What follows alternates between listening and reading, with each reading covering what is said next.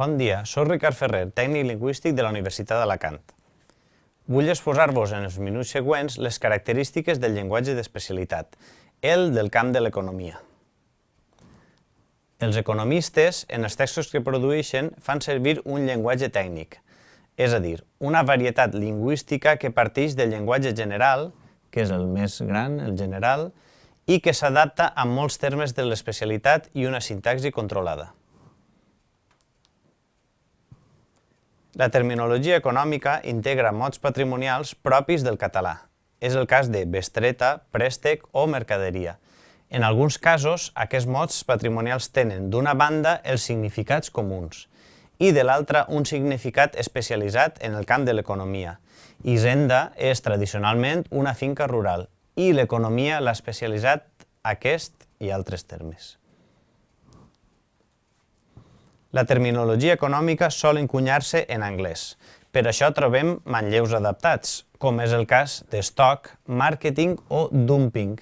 Fixeu-vos que s'ha de pronunciar així perquè fins i tot va accentuat. En altres casos hem mantingut més o menys la pronúncia i l'ortografia de l'anglès, com en holding o broker. Hi ha una tercera possibilitat, és a dir, el calc, com en el terme bombolla especulativa. Però, com podem saber quin és en català l'equivalent a un terme anglès o espanyol? Agafem el Diccionari Normatiu de l'Institut d'Estudis Catalans com a base. I per a productes més específics, al Termcat, trobarem els diccionaris en línia, com el del comerç electrònic, el dels mercats financers o el de la renda. Les nominalitzacions són freqüents en economia, més encara si parlem de fenòmens, com és el cas d'encariment o reintegrament, indemnització o amortització, liquiditat o productivitat.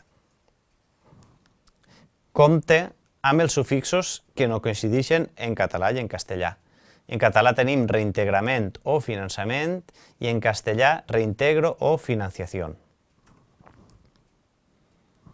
En economia trobem expressions com béns d'equipament, béns de consum i béns intermedis. Es tracta de compostos sintagmàtics que s'han lexicalitzat, és a dir, han esdevingut un sol terme. Moltes vegades és el mateix concepte amb característiques diferents segons el cognom que tinga, d'equipament, de consum o intermedis en aquest cas.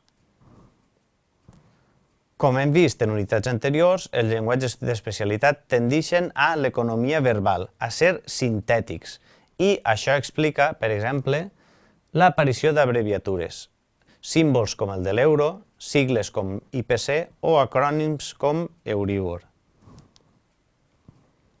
Tenim, d'una banda, sigles formades amb les inicials de sintagmes de la nostra llengua, ERO, expedient de regulació d'ocupació.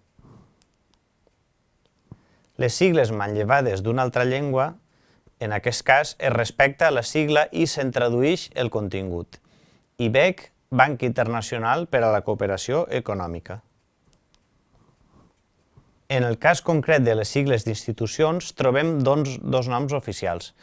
El Fons Monetari Internacional, FMI, en anglès és IMF. I acabem oferint-vos més recursos que vos serviran per entendre el concepte de cada denominació en economia. La Universitat de València té un vocabulari d'economia i també en té un la Universitat Jaume I i la Generalitat Valenciana. La Caixa en té un de termes econòmics i financers i amb el mateix títol el de la Diputació de Barcelona. Fins i tot l'IULA de la Universitat Pompeu Fabra té un diccionari multilingüe d'economia.